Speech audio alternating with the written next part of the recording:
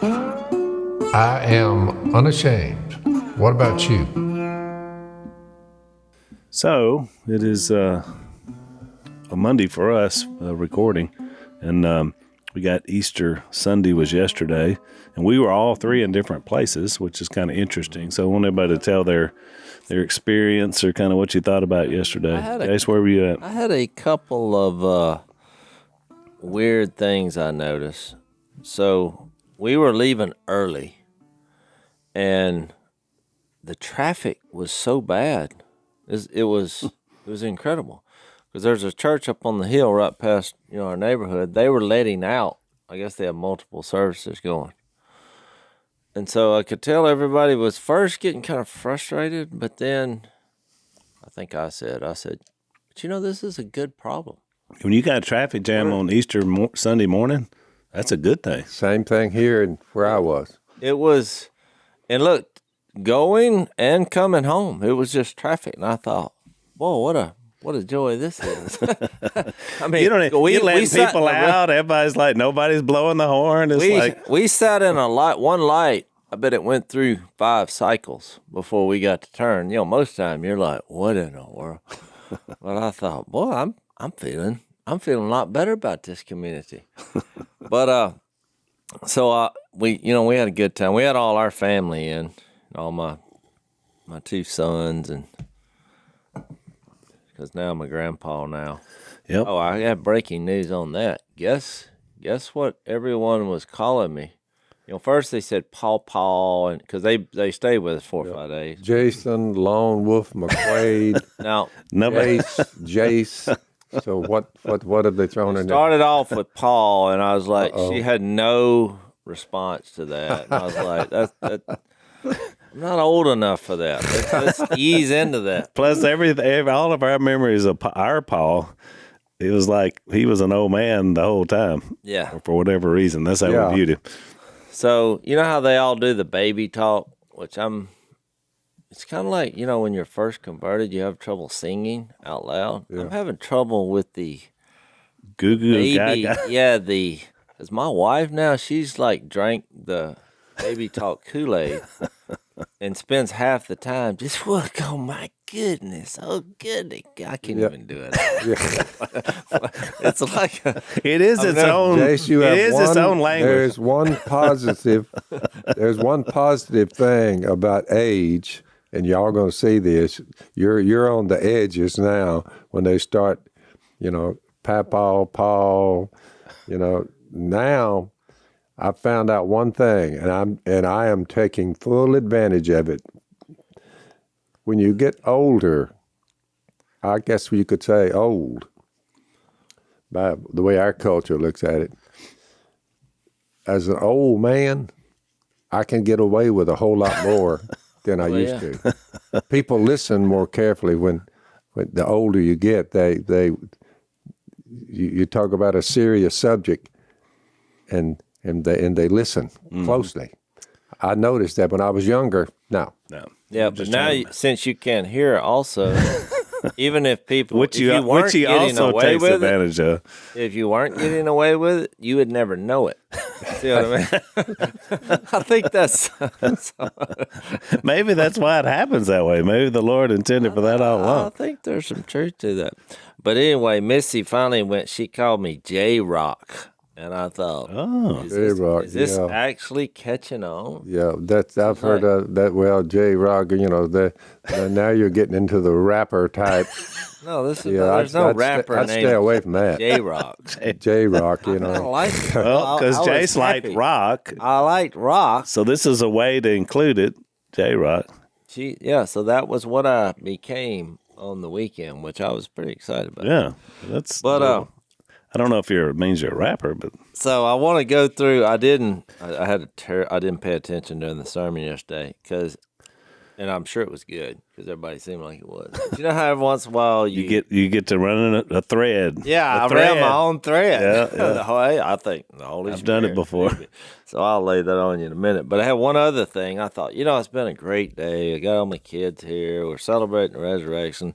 I'm going to go catch some fish over here at Willie's Pond because I knew he was out of town. And I thought that'll cap the day off. with some crappie. But so I go over there and I didn't have much luck. I mean, I caught one. 30 minutes later, I caught another one, but then it became, well, I guess I'm trying to catch me some fish because the family has been weeded out during the process. But finally, it was right before dark, and I get a hit, set the hook, and I think it's one of these big old bass because I caught a lot of bass, but I was, I'm going for the crappie. I was throwing the bass back.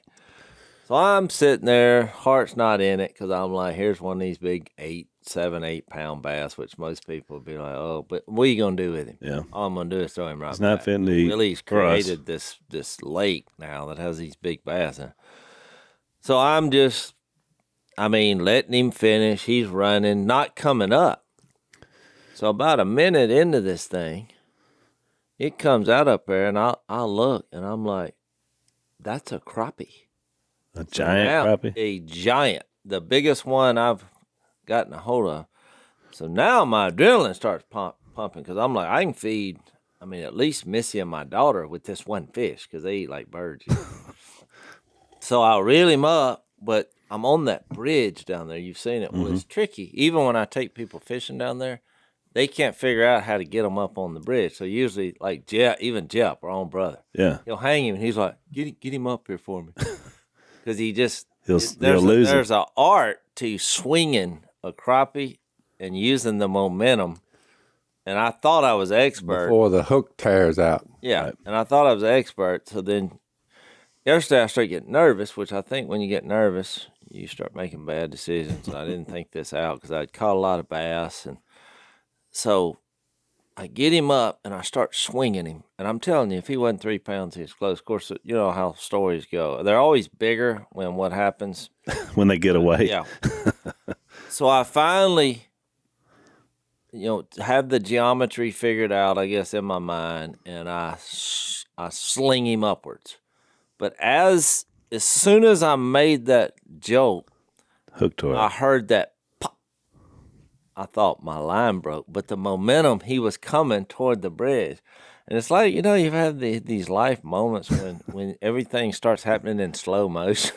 I felt like I was watching this in slow motion because I was looking at him. There was something, the way it was stormy here yesterday. And Yeah. It was kind of almost yellow. It was eerie out there. And I'm just seeing him, and I'm judging, is it enough? Is he Get going to make over the bridge? Is he going to make it? And I'm like, I don't think he is. So I started running toward him because the line, I've dropped the rod. The line broke. And he just hit the side. And it's like he fell in slow motion. And I was going, no.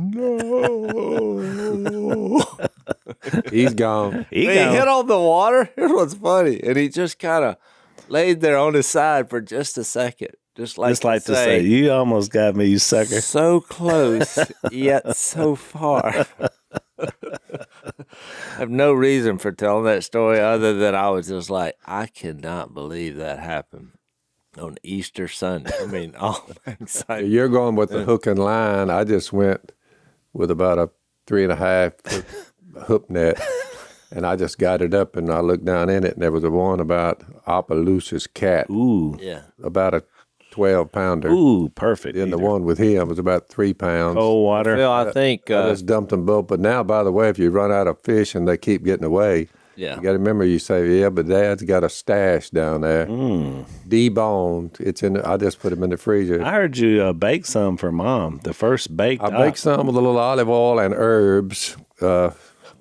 Get you high broil, put it on broil. Yeah. Go about 2 racks down. In the oven. And just sort of roasted some. How were they? Did you try somebody it? told her, get off anything low with sodium, salt in it. yeah. So no You salt. roasted Opelousas cat? Yep. I've never tried that. Well, I hadn't either, and so I tried it, and the women went nuts over it because there was no salt in it. Yeah. No salt. Just herbs and olive don't oil. you just and fry 'em? Roast them. Why don't you fry them without putting salt? Yeah, well, I the ones I fried, Yeah. I salted them, but they didn't want it with any grease or any. Oh, they didn't want to eat grease. Yeah, there were That's what other they say. You can factors, just though. not put salt. Right. Well, that's right. But I heard they were good. Did you try They it? gathered up and they said, I said, y'all try them. Yeah, they're golden brown. but they're roasted in the oven. Well, it has to be good. I mean, Annapolis is It cast doesn't delicious. have to be good. I've eaten some.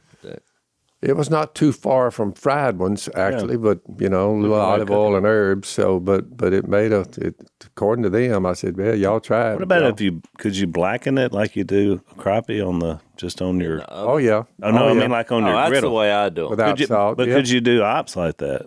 Like I don't know about that. Well, I don't know. this was. I'll try it. Yeah. But I put this on a broast, and I'll try them. well, I'd like to try. I'll that. let you try it and I'll get try back it. to me. All right, so Dad, tell us about your experience. Where were you I'd at? say a packed house. It was in the. Dad, you were on a rare. Dad doesn't travel much anymore, but some of these COVID things before with Yeah, they set it up a year and a half Yeah, they ago. got pushed down the line. So Dad had an event in Tennessee. Great people. Cookeville, Tennessee. I never had been there, but we were on the north of Chattanooga. the campus of Tennessee Tech, and I'd seen Tennessee Tech and here, there, and yonder, but no hecklers. One, they said out in the parking lot, but he left. But, so it went pretty smooth. I like how you judge your events on the amount of The amount of hecklers or protesters. I hadn't had a heckler Well, I in a have while. driven into some events, and it's good. I know. I've been with you. I've seen it. I know it's Yeah. there. Yeah. Depending on where we I are. was thankful for that. I see. You said there were the country may be finally making a turn. They better make it in a hurry before this next election, or we really gonna see Well, that's something. what I said about the traffic yesterday. Yeah. That's the most people that I've seen on the roads for Resurrection Day. Yeah. I mean, they call it Easter, but I'm not sure what Easter I like calling it Resurrection I was Sunday. amazed at seeing the traffic, and they just kept coming in there, and they had 20 police cars just to get them parked. But I had. You were in a basketball arena, and you said maybe 8,000 people. Yeah. Which Oh, what a gee crowd. whiz. Yeah. Yeah. Which is exciting. Oh yeah. How long did you speak? I'd say about. I was trying to be as short and to the point as I could, with not many stories. So I just wanted about 25 minutes. That's about how much. Was? I get a big crowd like that. I'm not going to overdo it. Yeah. That's what. So I preached yesterday at WFR with Mike, and by the way, we have been to Cookeville. I just remembered you and I spoke. I introed for you, and we spoke at a Christian school fundraiser there. Oh, really? Maybe 5 years ago. Yeah. Well, it might have been the same group. Yeah. Well, maybe so. But they are really. I just remembered. There were a lot of people who came to the Lord. I mean, it was a great people. Yeah. So I spoke at WFR, and it just so happened, as luck would have it, I was in 1 Corinthians 15 to be able to preach on Resurrection Sunday, which was, of course, planned. But so I did it, Jason. So we did it in two halves. So we preached the first half of 1 Corinthians 15 yesterday, and about everything about the gospel and, of course, the resurrection of Christ and how that sets us up for the resurrection. Next week I come back and get to preach the other half, which is what happens once we're there. What is the resurrection body? All that. So it's kind of a good little. One of our peoples out there.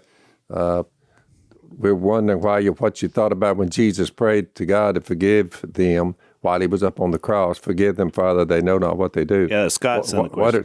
Why did he say that? Short answer, I'm saving the world here. I'll start here. That's a good answer. That's Yeah. because a lot of people, to this very day, even the apostles at that time were like, wait a minute here. Right. They fought it. Peter and them were saying, no way. They were filled with grief when they heard him say these. I just went through, during part of my presentation, was Matthew 16 on, Jesus saying, going up to Jerusalem, I'm going to die, be buried and raised from the dead. They all looked around like, what'd he say? Right. So even all the way to the cross, they're still wondering, what's going on? They still didn't realize this was the event with the removal of sin, the crushing of Satan's head, the prediction from Genesis 3:15. Mm-hmm. It's alive and in color right here. Oh, that's good. I'm sure it was fantastic. So that's the answer to the guy who called from Scott, I think his name is. I just looked down there and saw it just then. Let's take a break. Every time we turn around, we got another major corporation that goes woke. They torment their employees with all this leftist stuff. And so one of our sponsors, long-term sponsors, this really great cell phone provider called Patriot Mobile.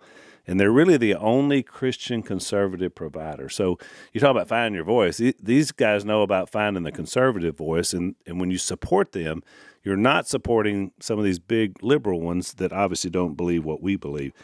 So we share our values with these guys. They support organizations that fight for religious freedom, constitutional rights, sanctity of life. They're also great for veterans and first responders because they give special discounts. So we love these guys. They're great. PatriotMobile.com/Phil is where you go, or you can call them at 972-PATRIOT. You get free activation with the offer code PHIL. And remember, veterans and first responders save even more. So you love America, you want to support these same values, check them out, PatriotMobile.com/Phil. That's PatriotMobile.com/Phil, or you can call them at 972-PATRIOT.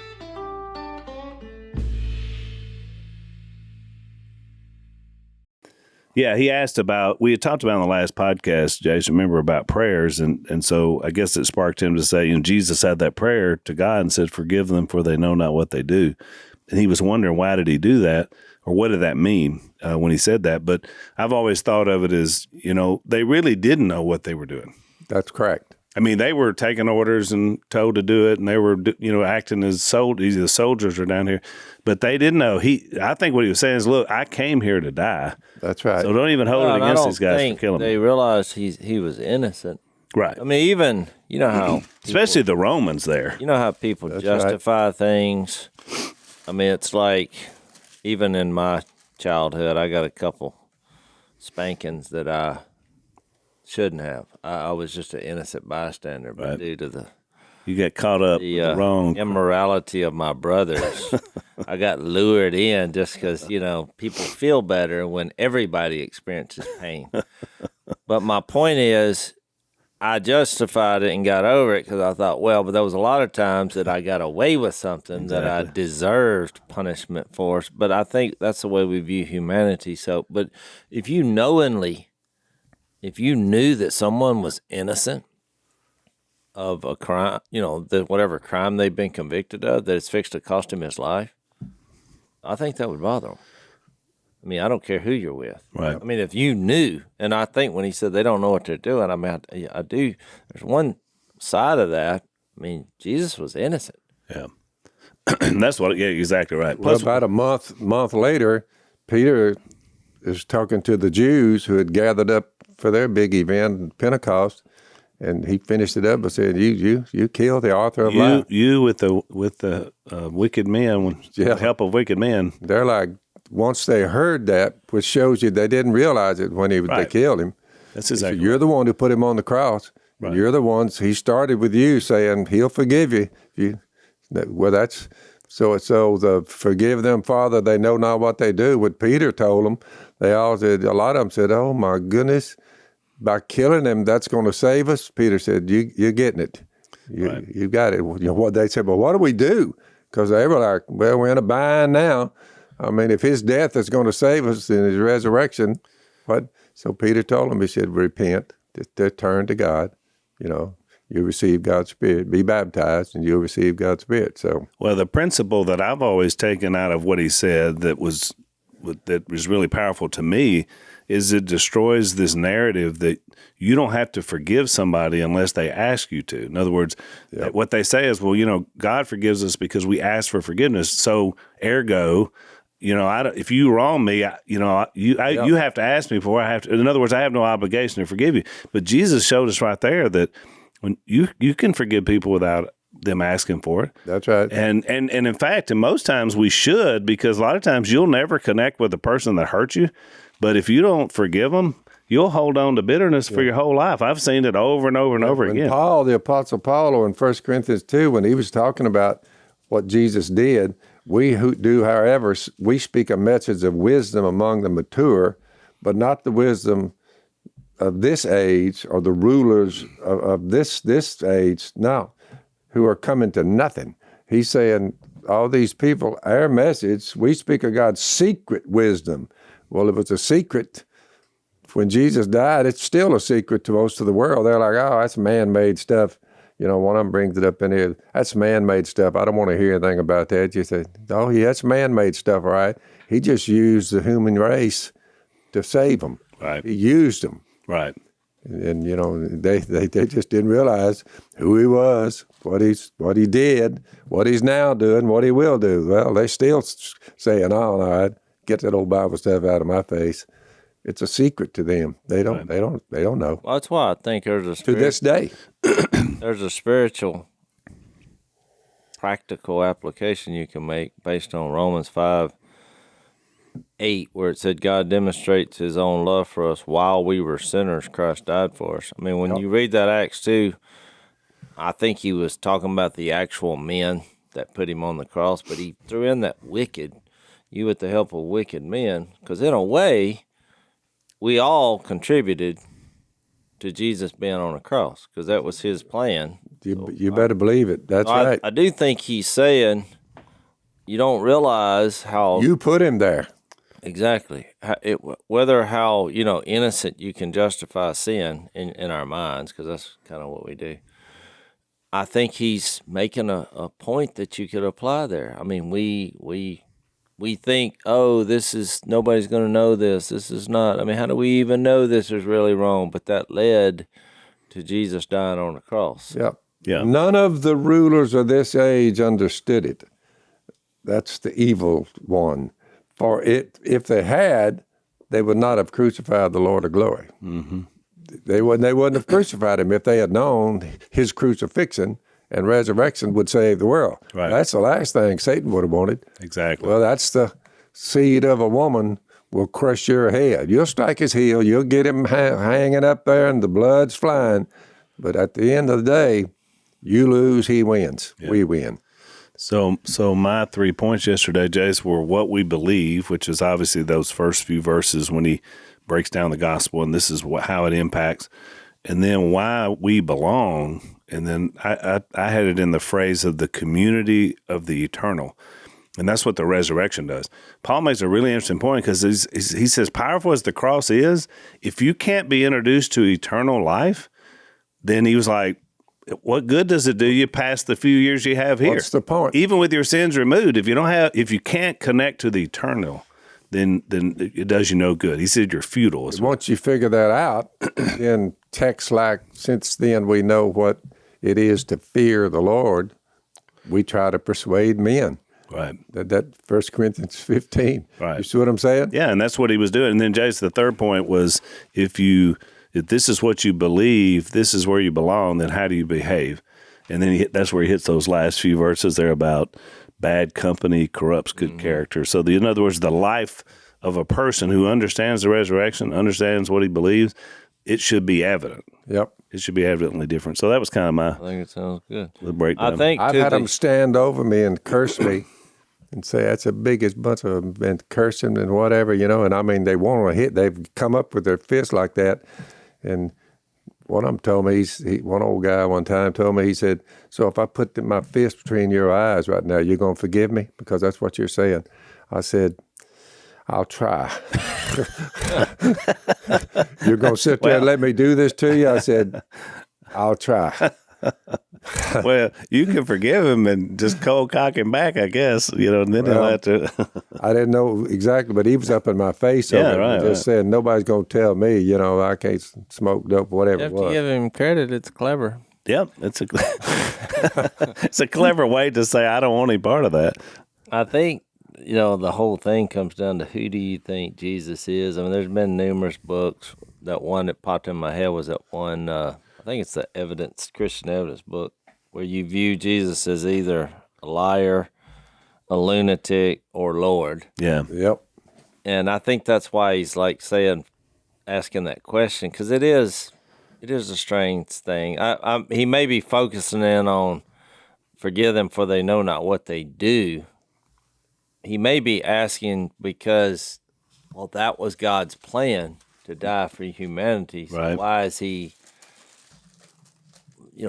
having this attitude? Isn't this our plan? But I think in whatever sermon you heard yesterday, it does come down to the resurrection. I got off in my own world. It kind of ties in with what y'all are saying. But in John 20, what struck me, I guess, is I never really noticed here's Mary. I just turned to that before you said that. Here we go. Get in there. So That Mary, happens so many times on this podcast. So Mary- hang on, Jess, before you go, let's take a break.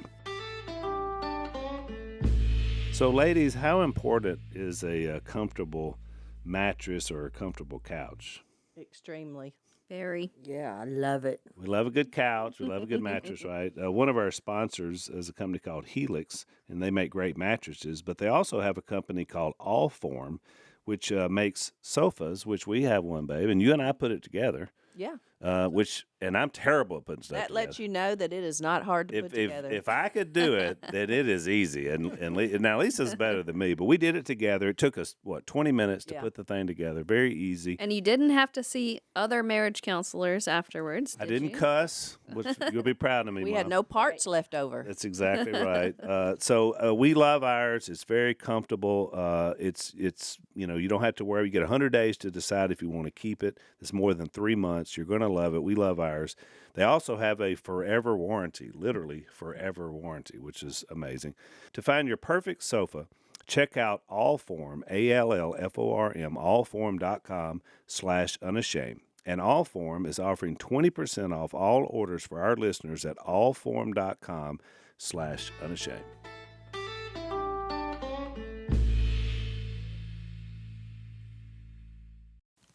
Mary goes to the tomb, and she saw that the stone had been removed. And so she came running to Peter and the other disciple, which we've determined, I guess, is John Yep. that wrote it, the one Jesus loved, and said, they've taken the Lord out of the tomb, and we don't know where they put him. So then a race happens, which is, this is where I went off the rails, I thought. I never noticed that they raced to the tomb, because it says Peter and the other disciples started for the tomb. Both were running, but the other disciple outran Peter and reached the tomb first. I'm like, why did we have to have that? Right. Have that Well, thought? why did 'Cause that It matter? took me back as a kid. Every time I'm looking at somebody, they start running. Then I want to win at all times. Oh, yeah. It's just no matter what's going on. But then watch what happens. He bent over and looked in it at the strips of linen lying there, but did not go in. And this becomes a chilling setting if you put yourself in this position. I mean, just imagine. Then Simon, who was behind him, arrived and went into the tomb. He saw the strips of linen lying there, as well as the burial cloth that had been around Jesus' head. Now, I think this is even more chilling. The cloth was folded up by itself, separated from the linen. You're like, wow, did somebody take his clothes off? You start going through the process, and why would they fold it up? Mm-hmm. The cloth was folded up by itself, separate from the linen. Finally, the other disciple who had reached him first also went inside. And here's the phrase. This is the phrase that got me. He saw and believed. Now, it throws in there they still did not understand from Scripture that Jesus had to rise from the dead. But That's why I turned there a while ago. he saw and believed, but here was what hit me. Because the reason that really hit me, because I know at the end of chapter 20, he's going to say, because then he goes to Mary, and she had trouble recognizing him, but she recognized him when he said her name, which I think is a very touching moment. They believed right here, which I'm going to talk about that. And then you had Thomas, he was like, no, I don't care what you say. Because you have different people represented in how they responded to the resurrection here, which was kind of his sermon, the sermon I heard. Thomas is like, I literally need evidence. I need hardcore evidence. Okay. So then he gets to the end, and he's like, well, okay, Thomas, because you've seen me, you have believed. Blessed are those who have not seen and yet have believed. So here's what my thought was. When John and Peter are the disciple who Jesus loved, when it says he saw and believed, so when you think about it, it really wasn't what he saw, it was what he didn't see. Because think about it, he saw this point, the body could have been stolen, I guess, or I mean, So he sees this, Which was the story that got circulated. Remember? because I mean, what did he not see that caused the belief? When you just think about it, I mean, he saw the strips of linen. At this point, he had not had a visual of Jesus himself. He had not had a visual, but it says in verse 8, he saw and believed. When he went inside, he saw and believed. Well, believe what? I mean, But he still hadn't seen him resurrected. Well, that's what I think. He just caused looked around him and said to he's believe. gone. Yeah. What happened to him? He said he Well, and he knows the Well- story was from the Jewish leaders that the disciples came and took him. Well, he's a disciple. He knows he didn't come and Well, take him. the reason Well, it's- Jesus chided Peter, I say the word chiding, he says, hey, Peter, because he's with him now, post-resurrection. And he was one of the ones at the tomb, he and John. Right. But now, when Jesus said, you love me? Because Jesus knew he had seen the grave close. He said, oh, you know I love you. Well, do you love me, Peter? 3 times. And then he told Peter, he said, well, just so you'll know, when right now, you're young, you can get on you can dress yourself and you go where you want to go. He said, there come a time, Peter, there's coming a time for you that you're going to not clothe yourself, somebody else is, and they're going to take you where you don't want to go. But he asked him before then 3 times, do you love me? Because he said, well, we're fixing to find out because you're fixing to meet your fate and it's going to be brutal. Yeah. Same thing. By that, he said Jesus meant what kind of death he would undergo. Yeah. You know. It's the same thing he told Paul. You're going to suffer. Yeah. So, Jace, why did John not go in? Why did he stop and just look in, you think? Because Peter went on in. I think fear. Just not sure what to... I think fear. Well, it's like, when you read 19, speaking of secrets, 38, when Joseph asked Pilate for the body of Jesus, Joseph was a disciple of Jesus, but secretly. Yeah. Because he feared the Jews. What I'm saying is, if you come up there and the tomb's rolled away, how do you know somebody's not in there? Right. I think he went from fear to faith right here in this moment. And also another factor could be, remember, the Romans had put a seal on it, which meant if you break this seal, then you get the same fate as the guy in here. Yep. Perhaps, That's what that but meant. Al, it's like if you come in, if you go to your house. I mean, because I didn't get to my punchline on what my thought was, but I'm saying if you go to your house and your door has been kicked open, And you can see that. or you got 2 schools of thought here. You either call 911 or you go on in. But in the back of your head, well, what if they're still in here? Right. I wouldn't go in unarmed for sure.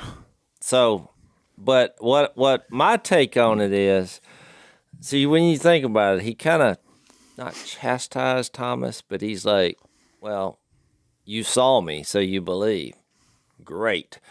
But blessed are those who haven't seen. But actually, John fit into that category because granted, he saw the strips of linen, but he didn't see the resurrected Lord. Yeah, it got easier as it went along, for Thomas. That's why he made this point about blessed are those who believe who haven't seen. But what is the definition of faith? To me, John showed faith. Faith is being sure of what we hope for and certain of what we do not see. So somewhere in that moment, he looked and said, there's not a body. And then I think that's why he threw in the parenthetical.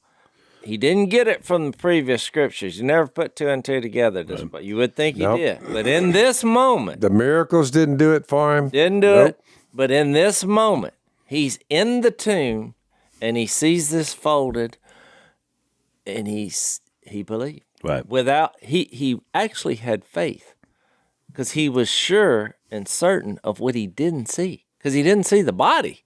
That was, I mean, Right. but he could have said, oh, well, just like the world, they probably moved it, or he actually wasn't dead, or all the arguments you've heard. Yeah.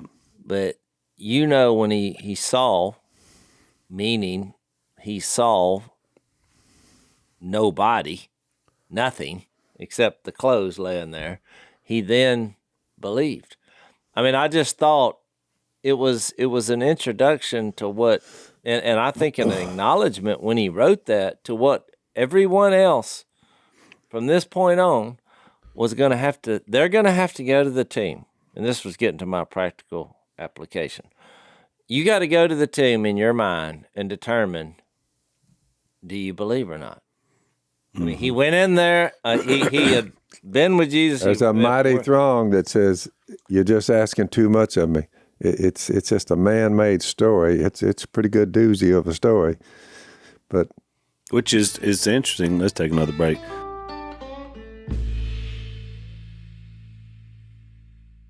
The other half of Scott's question was he's trying to help somebody that says the Bible was man-made, so he doesn't believe it. This guy is trying to help. This is a one-way ticket, winner take all.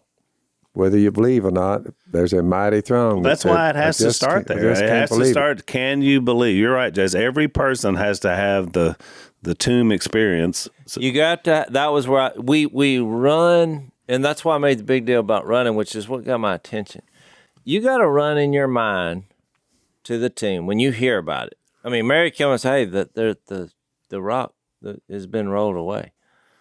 Well, you could have just said, I mean, look, I hate to say this, but there were times in my life where I'd have said, well, I know one thing. That doesn't mean anything. Yep. He's still in there dead unless somebody took his body, and doesn't matter anyway. He's dead. I mean, you could have had that attitude. But for some reason, they ran. What are they running? They're going to check it out. Peter, Mr., he's not worried about anything. Mr. Impetuous. He off in. He's first one to get shot when he runs into the burger guy's house. Yeah. He run in there because that fit his personality. Cut off ears. He's got a long... Exactly. I love the application that you said that Tom made about that different people approach the tomb and approach Jesus, risen Jesus, in a different way. Yeah, that was his sermon. I kind of went off the rails. That's a great... Because it really is three encounters here. You had two that really four basically went by Mary. faith. Well, right. Well, but Mary's mentioned in the second paragraph. But then she's crying, and, who is it you're looking for? And then this phrase, thinking he was the gardener, which goes to my point. You have to form an opinion on what happened. So in her mind, well, it can't be Jesus because he died. Right. So when you think Jesus is just a gardener, you've missed it. But what made her believe when all he said in verse 16, Mary, and she turned toward him and cried out in Aramaic, Rabboni, which, I mean, they have a song about that. Have you ever heard that? Rabboni. I mean, it makes the hair stand up on the back, because she got it with which I love. I mean, you give her a little more credit because she was hanging around the tomb first one than maybe like Thomas. I mean, Thomas gets a bad rap, but rightfully so. I mean, you don't even believe your friends now? He's calling Mary by her name, but he's just dismissing it. But I think it's a powerful moment, because even my journey to faith, I was a skeptic at first. First time I started reading the Bible, I was trying to get around it, like the question asked. Right. How do we know this is real? Because I was like, I mean, somebody made up. I mean, you could make any story up. That's why I think you have to go to the tomb and experience this. The greatest thing they did from their heart was when they took off. Right. But you have to do that now through faith. But even then, I love it that John put two and two together without having to see him. Right. I mean, to me, that appeals to me, because, I mean, if he can do that, because it's got to be difficult. I mean, how crazy is it for you to say, you know what, I believe he came back from the dead? Right. I mean, it's just hard. It's hard to make that decision. And now here we are making the same decision, but it made me feel better that I feel like that's addressed in chapter 20 for us. I don't see any different. Right.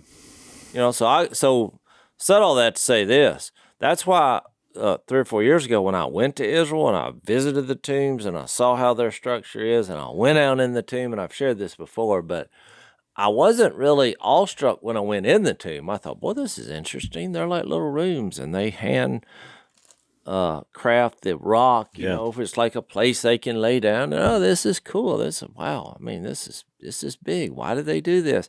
But then as I was leaving the tomb, then I stopped Yeah. because there's just something like John 20 that hit me.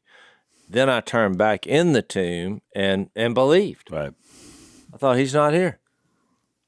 There's no one in here. This is what I believe. And people say, well, that probably wasn't his actual grave. Well, if it would have been, he still wouldn't have been there. That's what I still believe. In a tomb under the ground in Israel, in the general vicinity of where Jesus was laid. And guess what? He ain't here. Which makes Christianity unique of all the religions of the world and in the past. I mean, you know, every other prophet. It all comes They all down to, died do you and- believe in the resurrection of the dead? Right. Well, so they sing a song. They sang it yesterday, that song, I ran out of that Yeah. grave, you know. But I thought, this was my initial thought, you got to run to the grave at some point in your life. If you want to run out of it, you got to run to it and say, I believe this, even though I'm not seeing the body. That's what happened to John. You know, one of my points yesterday when we were talking about the belief side was that it should give us hope that people struggle to believe now. We're 2,000 years later, but when Corinthians was written, obviously it was 25 years after it had happened, give or Yep. take, and you already had a bunch of people said, no, didn't happen. Because Paul wouldn't right. have been in such a defense of it happening. That's right. Had people there said, no, I just can't buy it. I don't think he raised from the dead. Because then he's making his case. Oh, yeah, he did, and here's why he did. And he did it more from that kind of intellectual, apologetic approach as opposed You got to to something remember, else. So, for 5,000 years, the human race pretty well flatlined. It it's about 100 million. Somebody said one of these political groups counted up the years. So if you go around for 5,000 years and you observe your fellow man and you see the various ways they have died, from old age to snake bites to wars, to lightning strikes, to drownings, and you see human beings when they die, they have one thing in common. They stay dead. yep. So it's like America for the last 2,000 years. They lifted humanity out, and when somebody dies, they said they died, and we haven't seen them again. And you're saying what? You said there was one that died and came back from the dead. They're like, wait, whoa. It flies in the face of just what's normal. Right. Death is always there. And we come in 2,000 years in a high-tech world saying Jesus arose from the dead. They're like, you telling me you actually believe that? Yeah. I said, I believe it. It helps me out of necessity to at least see a way to get out of here. Yeah. That's my view of it. Right. I said, if there's no resurrection of the dead, none of us are going to get out of here. That's my faith right there. No one's going to make it unless there's a resurrection of the dead. Think about it. Exactly. And hang on, let's take the last break.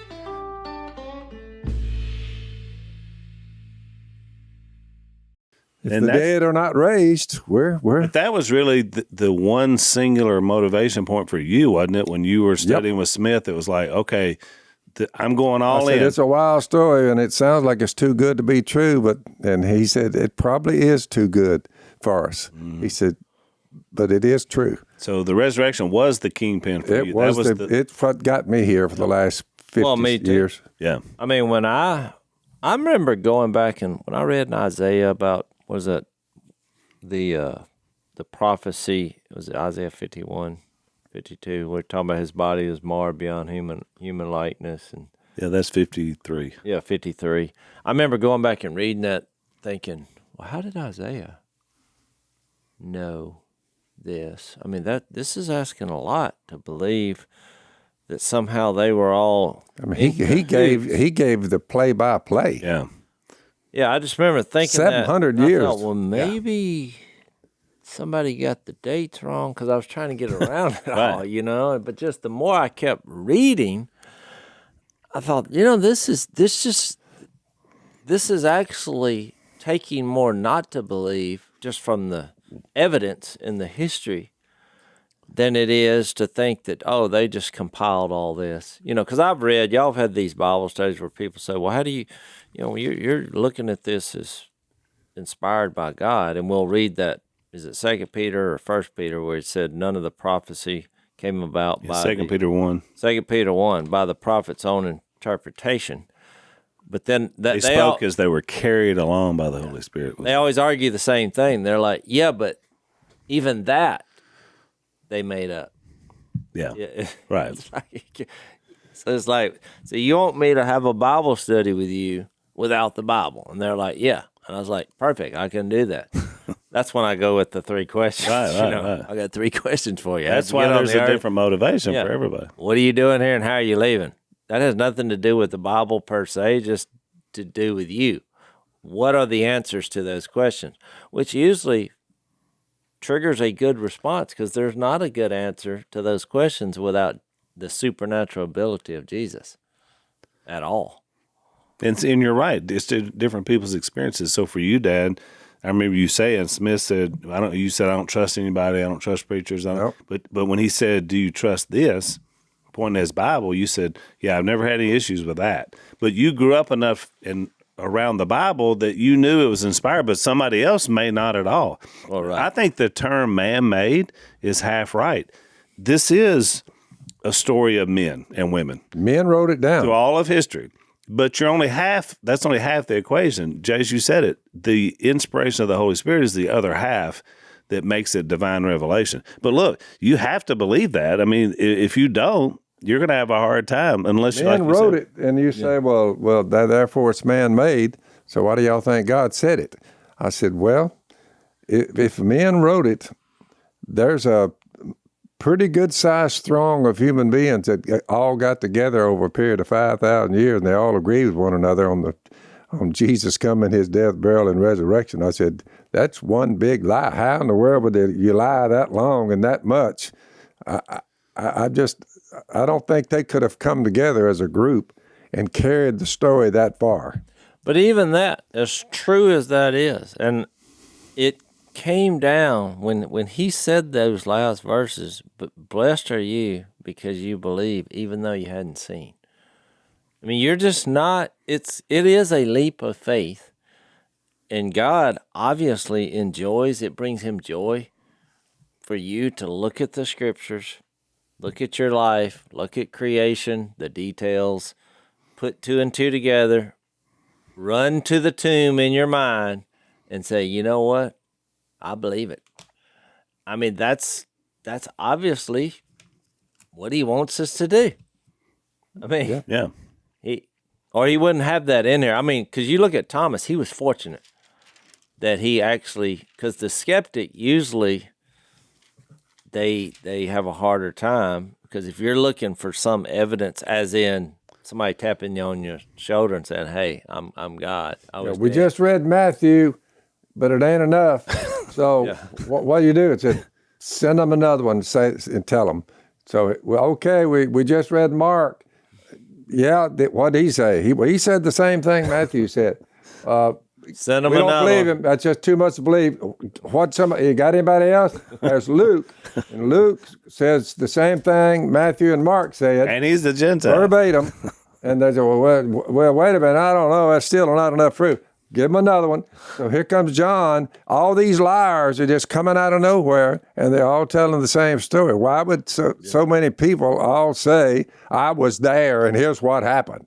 Right. And you read it, and you say, were they all lying? Mm-hmm.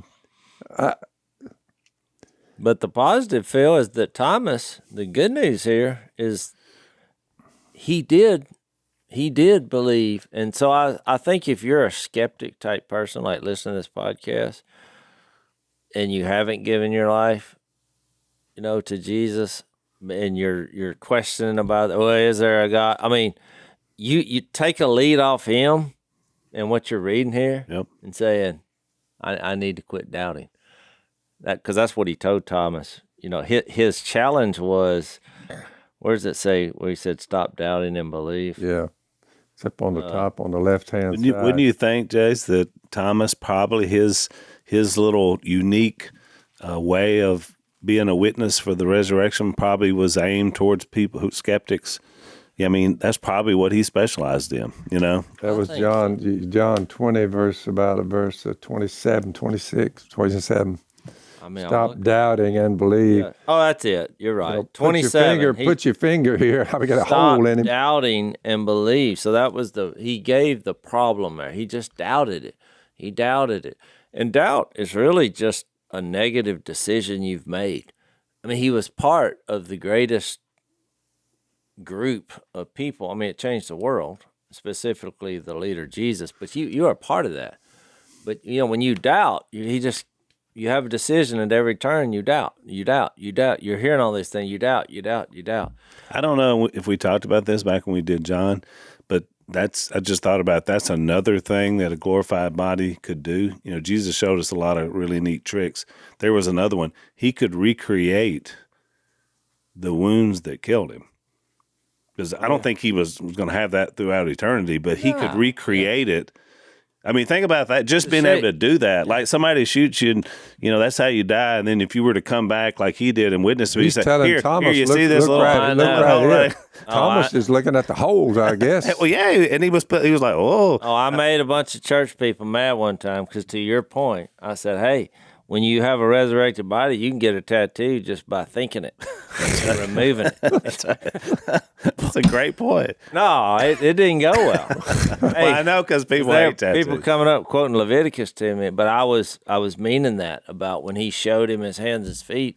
They're like, oh no, he still had the scars. He could just recreate the scars. His body was Right. flexible is not a strong enough word. I think the Pliable. actual holes would have had more of an impact than the scars. All right, we're out of time. But Phil, what you know, to have impact on me is if I can make a hole in my hand and then cover it back up. And then it goes back to the way it was. So a couple of things. I've got something else I want to share in the overtime segment from my sermon about another way people get to the tomb, to use Jase's analogy. Before I do that, Lisa and I are going to be in Scranton, PA this week, Thursday, April 22nd at 6:30. It's Fiorelli's Family Banquet is where the event is in Peckville, PA. So if you're from that area and want to come see us, we'd love to meet you. We'll see you in overtime. Thanks for listening to the Unashamed podcast. Help us out by rating us on iTunes. And don't miss an episode by subscribing on YouTube, and be sure to click that little bell to get notified about new episodes. And for even more content that you won't get anywhere else, subscribe to Blaze TV at blazetv.com/unashamed.